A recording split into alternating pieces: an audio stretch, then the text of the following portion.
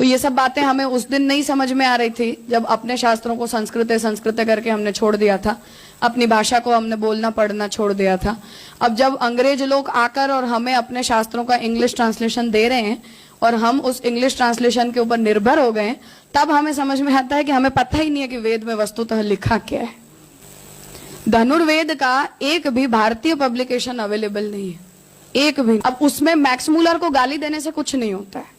तुम समय पर जगे क्यों नहीं, और आज भी नहीं जग रहे हो, तब नहीं जगे आज भी नहीं जग रहे हो। तो मैक्स मूलर ने कुछ नहीं किया, उसने मौके पे चौका लगाया, उसे वही करना चाहिए। हम उसकी जगह हों तो हमें भी यही करना चाहिए।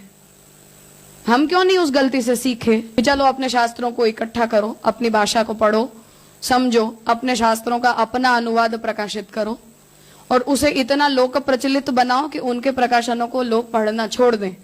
ऐसा हम क्यों नहीं करते? ये बात हमें समझनी चाहिए अपने शास्त्रों के विषय में, अपनी परंपरा के विषय में, कि उसका बीज बो दिया जाता है और वो बीज जब हम दे देते हैं उसे हम नहीं खत्म कर सकते। फिर हमारी 2 पीढ़ी के बाद लोग उसका वृक्ष बना हुआ देखेंगे। बीज जमीन में दबा हुआ था तब तक वो हमें दिखाई नहीं दिया, तो हमें समझ में ही नहीं आया कि कौन हमारे साथ क्या कर जाएगा। ऐसे होता है। ये हमें समझना चाहिए कि शास्त्र की अपनी कुछ कोटि होती है और उन कोटियों का निर्धारण शास्त्र रक्षा के लिए किया जाता है। उसकी रक्षा इस कोटि का निर्धारण करने से कैसे हो रही है, ये हमें उस समय नहीं समझ में आता, 3 पीढ़ियों के बाद समझ में आता है। हम अगर पहले दिन से इन विषयों में इतने गंभीर रहते हैं ना, तो ऐसा नहीं होता है।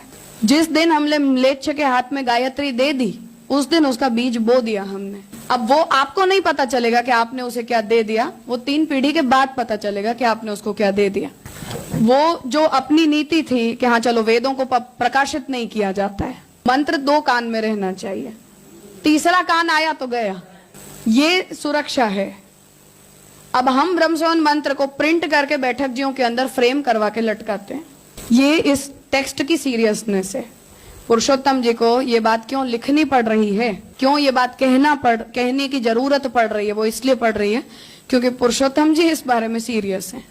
उसी तरह पुरुषोत्तम जी इसी सीरियसनेस से भागवत स्वरूप विषयक शंका निरासवाद ग्रंथ उपस्थित कर रहे हैं कि भागवत जी के स्वरूप के विषय में और भागवत जी की शास्त्र कोटि के विषय में हमें क्या सोचना चाहिए।